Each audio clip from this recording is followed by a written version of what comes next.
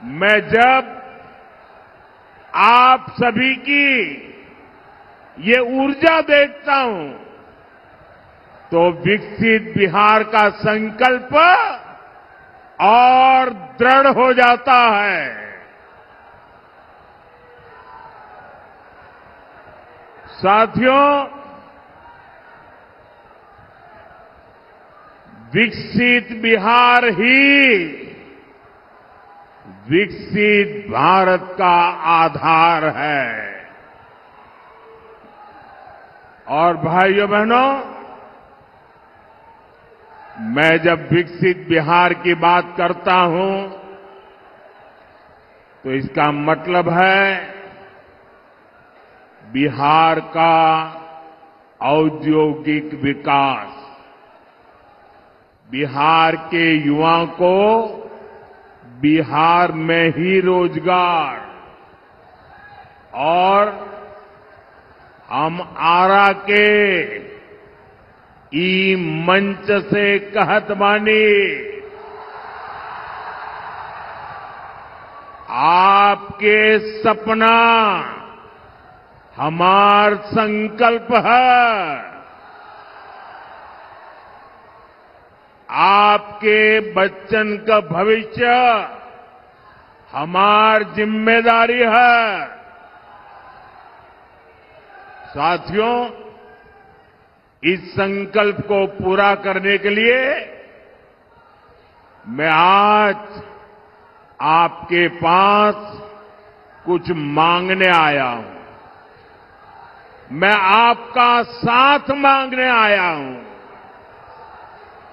मैं देख रहा हूं बिहार के लोग इस बार एनडीए को रिकॉर्ड सीटें देने जा रहे हैं। ये जंगल राज वाले इस बार सबसे करारी हार का रिकॉर्ड बनाने वाले हैं, क्योंकि बिहार की पुरानी पीढ़ी के साथ ही अब नई पीढ़ी ने ठान लिया है, फिर एक बार एनडीए सरकार, फिर एक बार, फिर एक बार, फिर एक बार। साथियों, 6 नवंबर को आपके यहां मतदान होना है। अब ज्यादा दिन नहीं बचे हैं। एनडीए ने विकसित बिहार के लिए एक ईमानदार और दूरदर्शी घोषणा पत्र दिया है। हर वादा, हर योजना बिहार के तेज विकास को समर्पित है। मैं इसके लिए बिहार भाजपा, जेडीयू, लोजपा, हम पार्टी और आरएलएसपी के साथियों का हृदय से अभिनंदन करता हूं। साथियों, एक तरफ एनडीए का ईमानदार घोषणा पत्र है, तो और उधर जंगल राज वाले हैं। इन्होंने अपने घोषणा पत्र को भी झूठ का, छल कपट का, लोगों की आंखों में धूल झोंकने वाला दस्तावेज बना दिया है। और जंगल राज वालों, जनता जनार्दन, जनता जनार्दन कोई बुबर्ग बुझे हो क्या? मत भूलो, ये पब्लिक है, सब जानती है। साथियों, एनडीए के संकल्प पत्र में बच्चों की पढ़ाई, परिवार की दवाई, नौजवानों की कमाई और किसानों को सिंचाई, इन पर बहुत ज्यादा बल दिया है। इसके अलावा बहनों बेटियों के सशक्तिकरण के लिए अनेक मजबूत प्रावधान किए गए हैं। बिहार की ज्यादा से ज्यादा बहनें लखपति दीदी बने, इस पर सुविचारित योजना आपके सामने प्रस्तुत की गई है। साथियों, मुख्यमंत्री महिला रोजगार योजना ने बिहार की हर बहन आज खुशियों से भर गई है। अभी तक बिहार की 1,30,00,000 बहनों के खाते में 10-10 हजार रुपया पहुंच चुका है। इसमें भोजपुर की भी लगभग 4 लाख बहनों के खाते में 10-10 हजार रुपया पहुंच चुके हैं। और भाइयों बहनों, हम यहीं नहीं रुकने वाले। 14 तारीख को नतीजे आएंगे।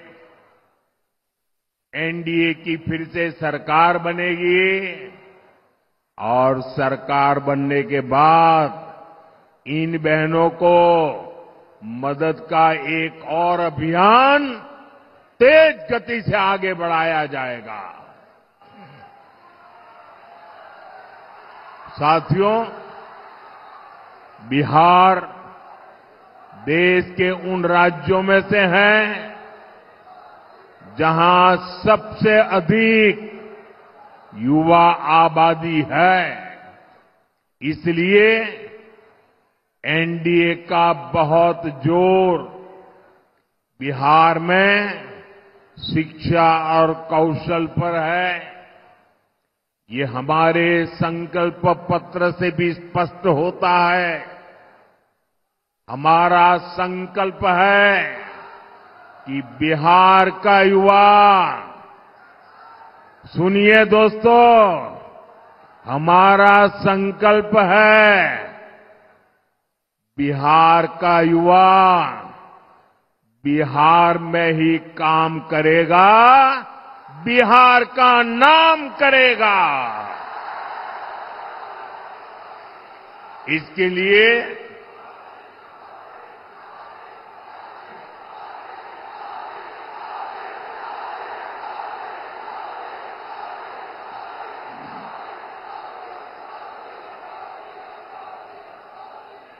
लिए आने वाले वर्षों में 1 करोड़ रोजगार देने का ऐलान किया गया है। और सिर्फ ऐलान किया ऐसा नहीं है, ये कैसे होगा इसका प्लान भी जनता जनार्दन के सामने रख दिया गया है। आज दुनिया में मेक इन इंडिया के प्रति बहुत उत्साह है। हमारा लक्ष्य है बिहार भी मेड इन इंडिया का केंद्र बने। इसके लिए हम हजारों लघु और कुटीर उद्योगों का नेटवर्क और मजबूत करेंगे। यहां अलग अलग क्षेत्रों में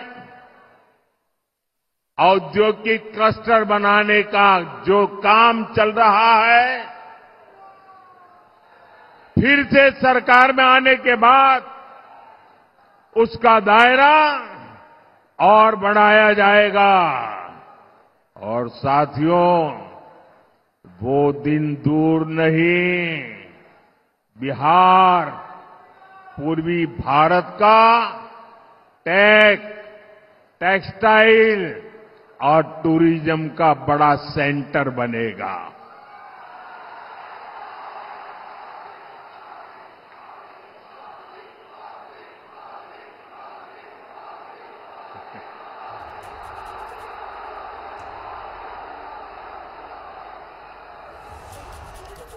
मेरे नौजवानों, आपने तो मुझे भी जोश से भर दिया आज।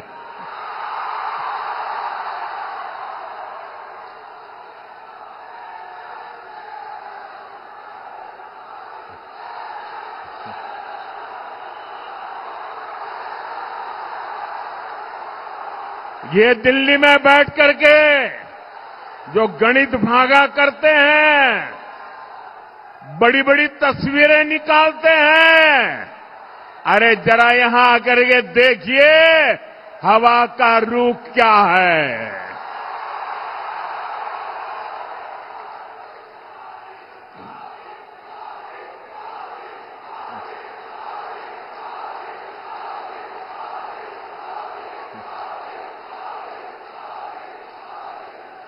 यहां बड़ी कंपनियों के डेटा सेंटर बनेंगे।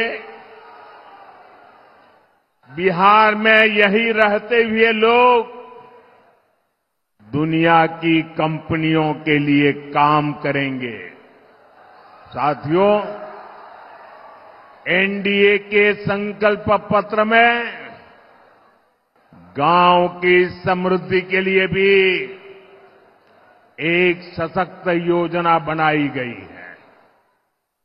बिहार के अलग अलग क्षेत्रों में अलग अलग फसलें उगाई जाती हैं। बीते सालों में बिहार से कृषि निर्यात बहुत बढ़ा है। अब हम बिहार में फूड पार्क के नेटवर्क का विस्तार करने वाले हैं। आपको पता है कि हमारी सरकार छोटे किसानों को पीएम किसान सम्मान निधि के 6,000 रुपया देती है।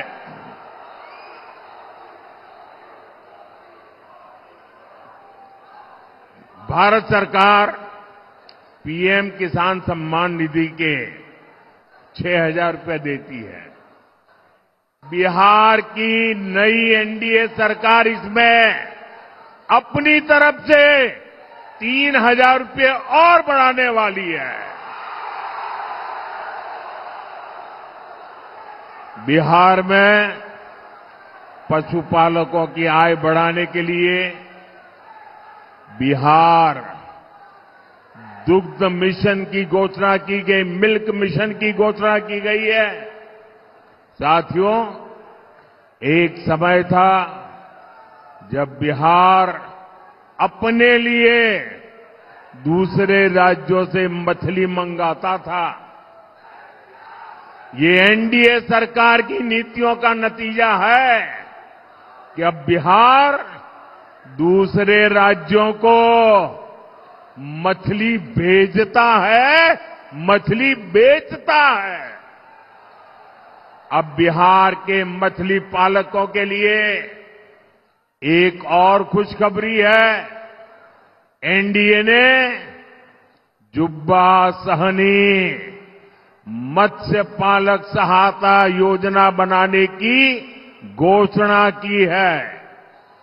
इस स्कीम के तहत मछुआरे परिवारों को भी 9,000 रुपये की मदद मिलेगी। साथियों, एनडीए का ट्रैक रिकॉर्ड है कि हम जो संकल्प लेते हैं उसे पूरा करके दिखाते हैं।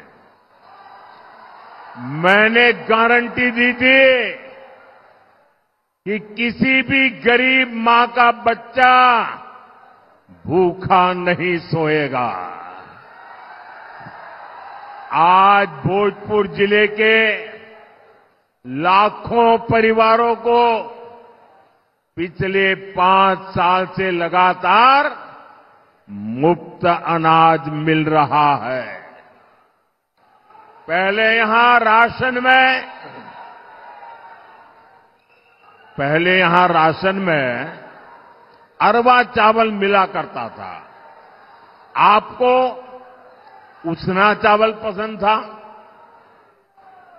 आपकी बात मेरे कानों तक पहुंची और मोदी जब आपकी बात सुनता है ना तो सो नहीं जाता है, तुरंत जग जाता है।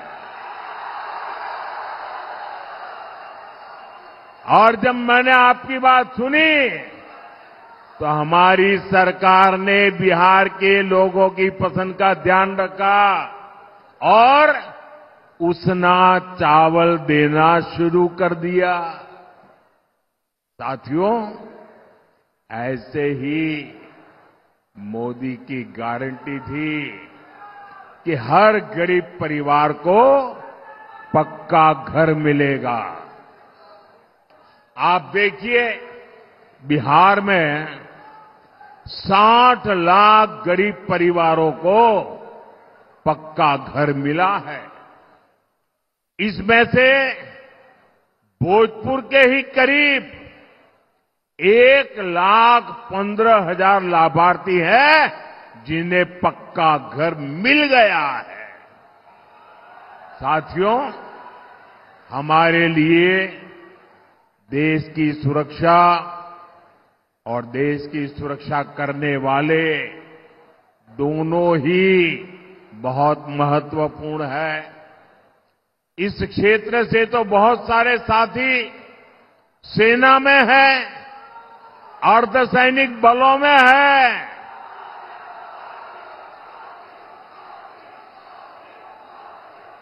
हमारे सैनिक परिवार कई दशकों से 1 रैंक 1 पेंशन की मांग कर रहे थे। मोदी ने गारंटी दी और पूरी करके दिखाई। 1 रैंक 1 पेंशन के तहत देश भर के पूर्व सैनिकों को 1 लाख करोड़ रुपए से ज्यादा, आंकड़ा देखिए, 1 लाख करोड़ रुपए से ज्यादा उनको मिल चुके हैं। बिहार के सैनिक परिवारों को भी सैकड़ों करोड़ रुपयों की मदद मिली है। साथियों, मोदी ने जम्मू कश्मीर से आर्टिकल 370 की दीवार गिराने की गारंटी दी थी। मैंने 370 हटाने की गारंटी दी थी ना? जरा जवाब दीजिए। मैंने 370 गिराने की गारंटी दी थी कि नहीं दी थी? आजादी के बाद इतनी सरकारें आए, कोई गिरा पाया क्या? किसी ने गिराया क्या? आजादी के 70 साल के बाद ये काम पूरा हुआ कि नहीं हुआ? हुआ कि नहीं हुआ? आज जम्मू कश्मीर में भी भारत का संविधान पूरी तरह लागू हो रहा है। साथियों, मोदी ने ये भी कहा है कि अब भारत आतंकियों को घर में घुसकर मारेगा।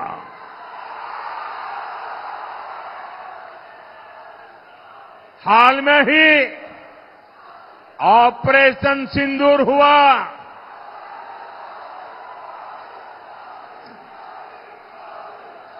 हमने फिर से अपनी गारंटी पूरी करके दिखाई कि नहीं दिखाई? हमारी सेना ने जो कमाल किया उस पर आपको गर्व है कि नहीं है? ऑपरेशन सिंदूर से आपका माथा ऊंचा हुआ कि नहीं? ऑपरेशन सिंदूर से आपका सीना चौड़ा हुआ कि नहीं?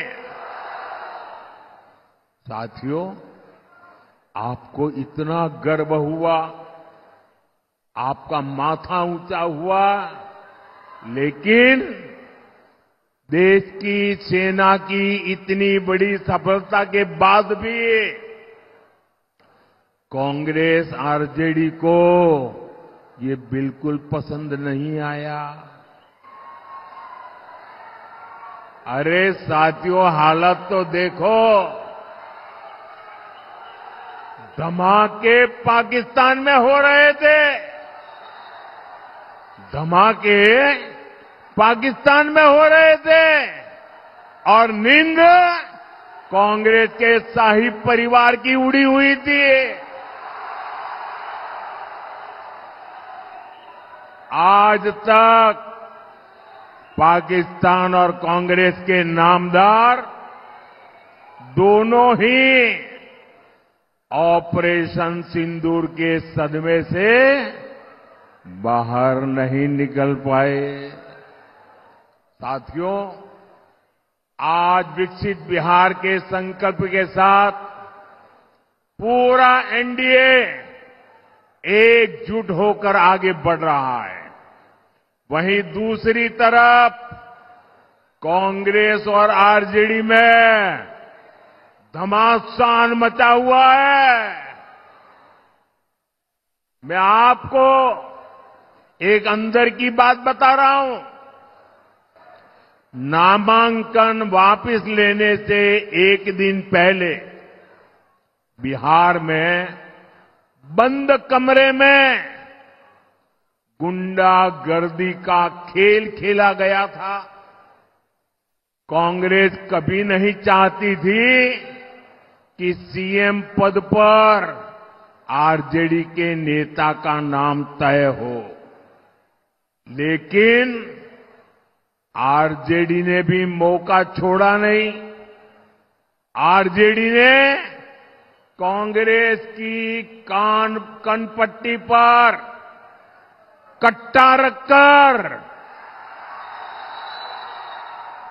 सीएम पद चोरी कर लिया। घोषणा करवा के रहे, फिर जबरदस्ती कांग्रेस से सीएम उम्मीदवार को समर्थन की घोषणा कराई गई, कट्टा रख करके। साथियों, आरजेडी कांग्रेस में झगड़ा भयंकर बढ़ गया है। ना घोषणा पत्र में कांग्रेस की सुनी गई, न प्रचार में उनकी पूछ हो रही है।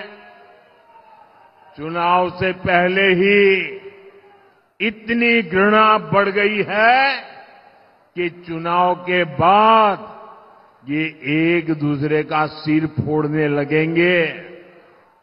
इसलिए हमेशा याद रखिए, ऐसे लोग बिहार का भला कभी नहीं कर सकते। साथियों, एक तरफ एनडीए का सुशासन है और दूसरी तरफ जंगल राज का कुशासन है। जंगल राज वो अंधेरा था जिसने बिहार को धीरे धीरे खोखला कर दिया। आरजेडी के जंगल राज की पहचान जिन चीजों से होती है वो है कट्टा, क्रूरता, कटुता, कुसंस्कार, कुशासन और करप्शन। मैं सोशल मीडिया पर एक बिटिया का वीडियो देख रहा था। वो बेटी बोली कि हां, जब कुछ महीने के लिए आरजेडी सरकार में शामिल हुई थी तो उस बेटिया ने उतने में ही जंगल राज का ट्रेलर देख लिया था। बिटिया से छेड़खानी, व्यापारियों से लूटपाट, रंगदारी, सब कुछ मौका मिलते ही आरजेडी वाले मैदान में उतर आते हैं। साथियों, भोजपुर वीर कुंवर सिंह जैसे क्रांतिवीरों की धरती है। भोजपुर सच्चिदानंद सिन्हा जी जैसे सेनानियों की धरती है। जिस भोजपुर ने 1857 की क्रांति का क्रांतिवीर दिया, जिसने संविधान सभा का पहला अध्यक्ष दिया, उस क्षेत्र को आरजेडी ने कट्टा, क्रूरता, कटुता, कुसंस्कार, कुशासन और करप्शन का अड्डा बना दिया था। 2005 से पहले के 15 वर्षों में इसी आरजेडी ने यहां जातीय दंगे करवाए। दलितों, महादलितों, अति पिछड़ों के बच्चों को माओवादी आतंक की आग में झोंक दिया। और आज ये लोग बिहार के विकास की बात करने की हिम्मत दिखाते हैं। साथियों, मैं आपको यही भोजपुर जिले की एक घटना याद दिलाता हूं। वो साल 2004 का नवंबर का महीना था। यहां के तरारी ब्लॉक की एक डिस्पेंसरी में एक डॉक्टर साहब बच्चों को पोलियो की ड्रॉप पिलाने में व्यस्त थे। ये काम करते करते उनको देर हो गई। देर शाम घर के लिए निकले तो रास्ते में जो नई उम्र के नौजवान है ना, जरा सुनिए, 2004 की घटना है, यहां की घटना है। जब डॉक्टर साहब रात को जरा देर से घर जा रहे थे तो रास्ते में हथियारबंद लोगों ने उनका अपहरण कर लिया। सेवा करने वाले डॉक्टर बच्चों को पोलियो का खाना दे रहे थे, ओए डॉक्टर जब जा रहे थे। साथियों, जंगल राज के दौरान ऐसे ही करीब 37,000 लोगों का अपहरण हुआ था। दूसरों का जीवन बचाने वाले डॉक्टरों को अपना जीवन बचाने के लिए बॉडीगार्ड लेकर चलना पड़ता था। नीतीश जी और एनडीए सरकार बहुत मेहनत से बिहार को उस मुश्किल दौर से बाहर निकाल कर लाए हैं। साथियों, आरजेडी अगर बिहार में जंगल राज लाई, तुष्टीकरण की राजनीति आई, तो कांग्रेस की पहचान सीखों के कटले आम से जुड़ी है। ये 1984 में 1 और 2 नवंबर की ही तारीख थी। आज भी 2 नवंबर है। 84 की 1 और 2 नवंबर, जब दिल्ली में और देश के कई भागों में कांग्रेस के लोगों ने सिख नरसंहार किया था। आज भी कांग्रेस सिख नरसंहार के गुनहगारों को पूरे सम्मान के साथ अपनी पार्टी में नए नए होद्दे दे रही है, उनको आगे बढ़ा रही है। कांग्रेस हो या आरजेडी, इन्हें अपने पाप का कोई पछतावा नहीं है। साथियों, तुष्टीकरण की इस जीत में आज आरजेडी, कांग्रेस बिहार की पहचान खत्म करने में जुटी है। ये लोग बिहार में घुसपैठियों के समर्थन में यात्राएं कर रहे हैं।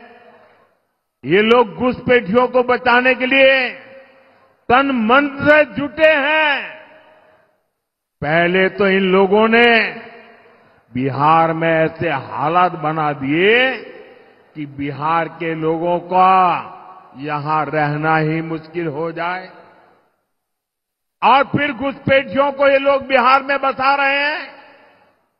मैं जरा मेरे बिहार के भाई बहनों को पूछना चाहता हूं, आप मुझे बताइए, ये बिहार के संसाधनों पर आपका हक है कि नहीं है? मुझे पूरी ताकत से बताइए, आपका हक है कि नहीं है? क्या ये बिहार के संसाधन किसी को लूटने देंगे? क्या घुसपैठिए आकर के कब्जा करने देंगे? क्या घुसपैठियों को अपने भविष्य का निर्णय करने देंगे? ये घुसपैठियों को हटाना चाहिए कि नहीं हटाना चाहिए? ये घुसपैठियों को बचाने वाले पापी है कि नहीं है? ये घुसपैठियों को बचाने वाले आपके गुनहगार है कि नहीं है? ये घुसपैठियों की रक्षा करने वाले आपके भक्षक है कि नहीं है? मेरे भाइयों बहनों, इनके इरादे बहुत खतरनाक हैं, और इसलिए आपको आरजेडी कांग्रेस वालों से बहुत सावधान रहना है। साथियों, ये वो लोग हैं जो सिर्फ और सिर्फ जंगल राज की पाठशाला में पढ़ करके ही निकले हैं। उनकी पाठशाला ही जंगल राज है, जिनकी ट्रेनिंग ही जंगल राज की रही है, वो बिहार के उद्योगों को बर्बाद करने के अलावा कुछ नहीं कर सकते। इनकी बातें सुनकर एक ही बात मन में आती है। अपने यहां कहा जाता है, ये खेतवा उजड़लस उहे अब बोआई के बात करत बा।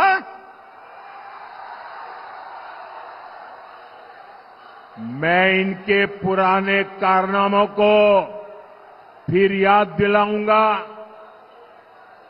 यहां पड़ोस के रोहतास जिले में डालमिया नगर है, एक कस्बा अंग्रेजों के जमाने से ही एशिया का सबसे बड़ा इंडस्ट्रियल एरिया हुआ करता था। फिर कांग्रेस ने, लाल झंडा गैंग ने, आरजेडी के जंगल राज ने डालमिया नगर को तबाह कर दिया। यहां चीनी मिल थी, सीमेंट फैक्ट्री थी, कागज की फैक्ट्रियां थी, सब कुछ था। लेकिन जंगल राज में मिलों में ताले लग गए, कारखाने बंद हो गए, हजारों लोग बेरोजगार हो गए, पलायन के लिए मजबूर हो गए। साथियों, आप मुझे बताइए, जिनका रिकॉर्ड फैक्ट्रियों में ताले लगाने का हो, वो क्या नए उद्योग लगा सकते हैं क्या? लगा सकते हैं क्या? जब निवेशकों को लालटेन दिखेगा, लाल झंडा दिखेगा, तो वो यहां अपने पैसा लगाएगा क्या? साथियों, निवेश और नौकरी सिर्फ और सिर्फ एनडीए ही ला सकती है। आप देखिए, बक्सर में इतना बड़ा बिजली का कारखाना बन गया है, रघुनाथपुर में सीमेंट कारखाना बन रहा है, दुनिया की बड़ी बड़ी कंपनियों ने भी यहां निवेश करना शुरू कर दिया है। मेरे नौजवान साथियों, मेरी माताओं बहनों, मेरे बड़े बुजुर्गों,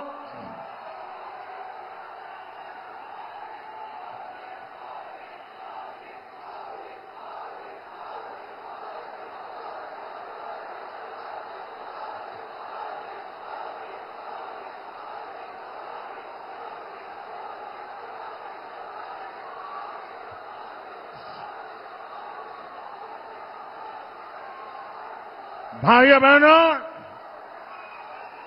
बिहार के मेरे मालिकों, मैं आपको भरोसा दिलाता हूं, आने वाले 5 सालों में यहां उद्योगों का तेज गति से विस्तार होगा।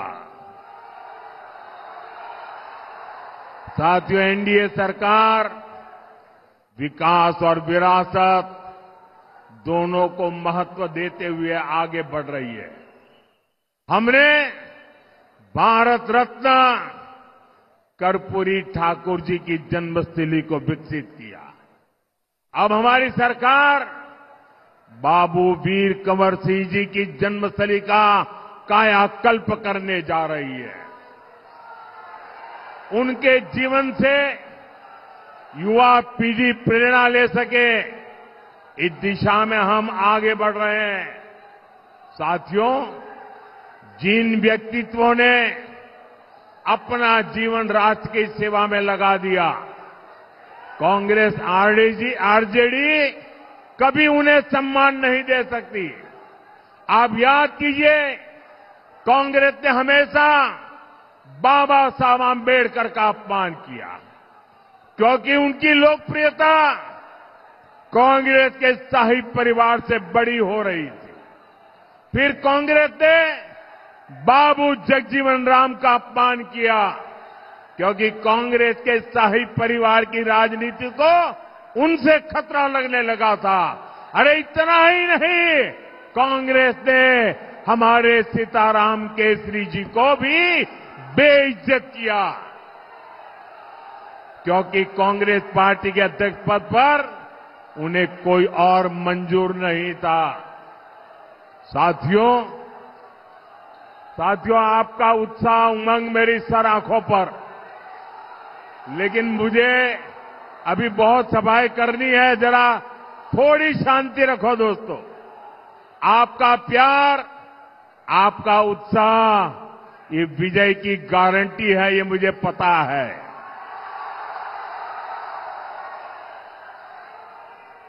साथियों, आरजेडी कांग्रेस वाले हमारी आस्था का, हमारी धरोहर का अपमान करने में एक्सपर्ट है। आप याद करिए, आरजेडी के लोगों ने प्रयागराज महाकुंभ को फालतू कहा था। अभी हमने देखा कि कैसे कांग्रेस के नामदार ने हमारे छठ महापर्व को नौटंकी ड्रामा बताया। ड्रामा!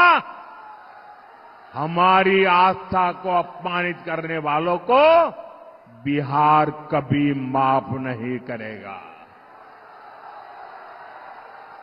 आप मुझे बताइए, छठ महापर्व का अपमान आपको मंजूर है क्या?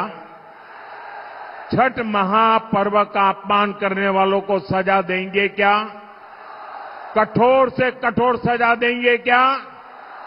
ऐसी सजा दीजिए कि हिंदुस्तान में फिर कभी कोई छठ महापर्व का अपमान न कर पाए। भाइयों, साथियों, बिहार की रफ्तार अब हमें रुकने नहीं देनी है।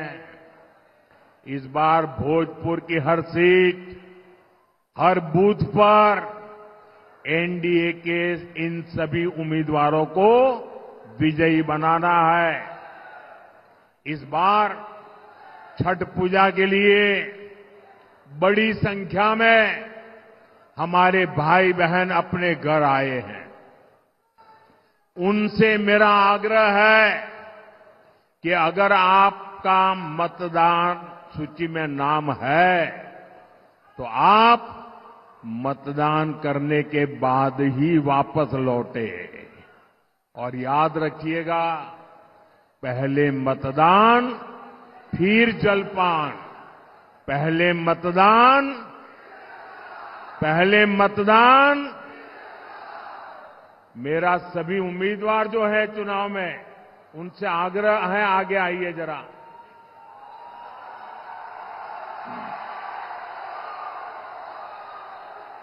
आप सब इतनी विशाल संख्या में हमारे इन साथियों को आशीर्वाद देने आए, मैं आपका बहुत बहुत आभार व्यक्त करता हूं। भारत माता की, भारत माता की, भारत माता की। मेरे उम्मीदवार भाइयों को जरा 2-4 कदम पीछे आइए, मैं आपको मिलने के लिए आना चाहता हूं। मैं आप सबको मिलना चाहता हूं। हाँ, यहां आइए, यहां खड़े रहिए, यहां खड़े रहिए। मैं आपके पास मिलने के लिए आ रहा हूं। आप इनको विजयी बनाइए। भारत माता की, भारत माता की।